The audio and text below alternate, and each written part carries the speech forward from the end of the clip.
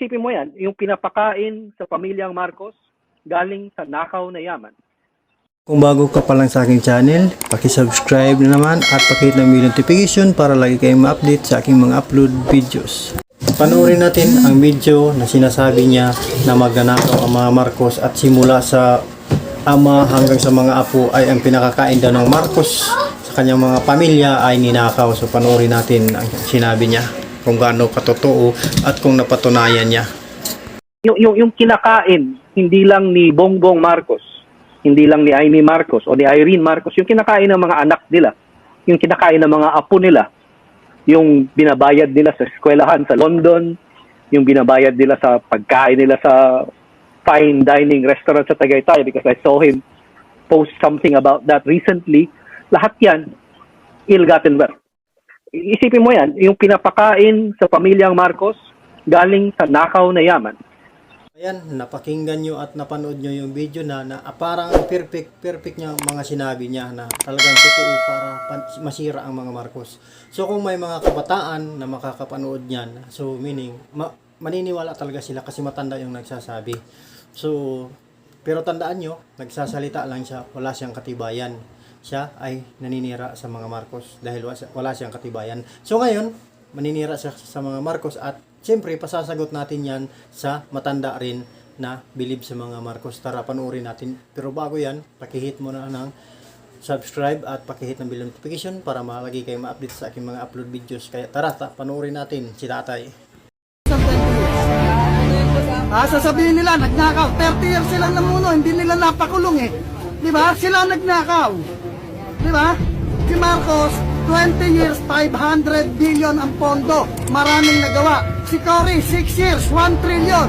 Kung ang alam lang ni Cory, humalingheng habang nagsasalita. Di ba? Kaya kita mo, after his term, patay siya. Di ba? Ginutom niya Pilipino eh. Dito kanya nagka-cancer. Di ba? Ganon kagaling ang Marcos compared to those Aquinos. Ayan, napanood nyo. Sinabi ni tatay at narinig nyo na napakaganda pala ni President Ferdinand Marcos noong nasa mga panahon pa niya. Maraming napagawa at may pundo pa na 500 billion pesos. So, yun. Tapos si Cory umutang ng 1 trillion tapos walang nagawa. So, yun. So, sa tingin nyo, sino yung magnanakaw dun? So, ang kagandahan ay binabaliktad siguro nga ng mga taong ito. Kaya panoorin pa natin ang susunod nating video. I go by the record, Amnesty International, 3,257 ang pinatay nung panahon ni Marcos. 35,000 ang mga... It's my time, wag kang bastos. It's my time. 35,000. 35,000 ang tinorture.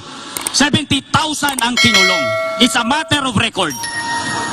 So ayun, ang dami daw na-torture at dami daw pinatay. So kung mapapanood to ng mga kabataan at kung sino mang tao, siyempre maniniwala kasi sinabi niya. Mayroon namang tao madaling maniwala. Pero tandaan nyo, sinabi lang niya, wala siyang katibayan na pinapakita. So kaya, pasagot din natin yan kung totoo o hindi. So tara. Yung 10,000 human rights victims, nung ini-implement nila dito, nag-file sila ng petition sa RTC, wala silang naipresentang ebidensya. Pagdating sa Court of Appeals, wala rin. So asan yung sinasabi nila yung human rights violations na yan? We have... Dismissed yung kaso. Yun, walang katibayan, kaya dismiss ang kaso. So tapos yung ibang tao, ang dali lang magsalita, wala naman palang katibayan. So panoorin natin yung susunod na video. Yeah, palagi na lang pinopoint out niya, palagi nilang sinasabi yung human rights violations ni Marcos. Unang-una, sino ba ang nagpapatay dun sa mga NPA na gustong sumurrender? Di ba si Joma? Bakit ninyo sisihin si Marcos? Attorney Spiritu, you have 30 seconds Sino for your bang bumomba rebuttal. sa Plaza Miranda? Yes. Sila Joma. Okay. I'll go by the Bakit nyo record. iisisi kay Marcos I yun? thought it's my time. This is, we should not use this forum for a propaganda against the Marcoses. It was intended. Yes, Attorney. So yun, ginawa ng iba ang krimen para iparatang kay President Ferdinand Marcos para masira pala ang kanyang pangalan. So ganun pala. So kaya panoorin natin ang video na susunod. Kung ano man ang nangyari sa nakaraan, inisa-isa ko po ang records. Wala pong kaso for human rights violations sa Amerika si Ferdinand Marcos Jr. Inisa-isa ko rin po ang mga kaso na decided po ng ating Philippine Supreme Court. Totoo po, co-administrator si Ferdinand Bongbong Marcos, wala pong kaso na siya mismo nagnakaw. Can I have Narinig nyo at tandaan nyo to na walang kaso si President Ferdinand Marcos. Mamamatay tao, walang kaso. Pag nanakaw, wala pong kaso. So yun. Kung masamang tao pa si President Ferdinand Marcos at kung masama ang balak niya sa Pilipinas, bakit ipagagawa niya itong mga napagawa niya sa ating bansa? So panoorin natin kung anong mga napagawa ni President Ferdinand Marcos. Ang Marcos, lahat ng center, International Convention Center, na kung saan ginagamit yung mga international audience natin, Cultural Center, Heart Center, Kidney Center, Lung Center, Puericulture Center, North and South Diversion Road, National Irrigation Administration in Nueva Ecija, and in Central Luzon, na kung saan nagkaroon 3 ani ang mga magsasaka. Yan po yung nagawa ng matandang Marcos. Ano ang nagawa ng dalawang mag-ina? Yung pinatayo yata yung Ninoy Aquino International Airport, binagong pangalan. Hindi lang yun, marami pang iba. Mayroon pang San Juanico Bridge, mayroon pa yung mga paaralan na ang daming napagawa. Tapos yung kalsada, Manila to Mindanao, kanya yung pinagawa. At sa dami ng napagawa niya, sa tingin ko, wala siyang balak na masama, hindi siya diktador. At sa tingin ko, wala siyang pinapatay talaga at wala siyang tinulture, kundi gawa-gawa lang yun nila. Kasi ang ganda kasi, kung ikaw, iisipin mo pa ba na masama ang binabalak ni Marcos na bakit kung masama ang binabalak niya, ba't ang dami pa niyang pinagawa? Diba? So, makikita naman natin at hanggang ngayon, nagagamit pa natin yung mga pinagawa niya.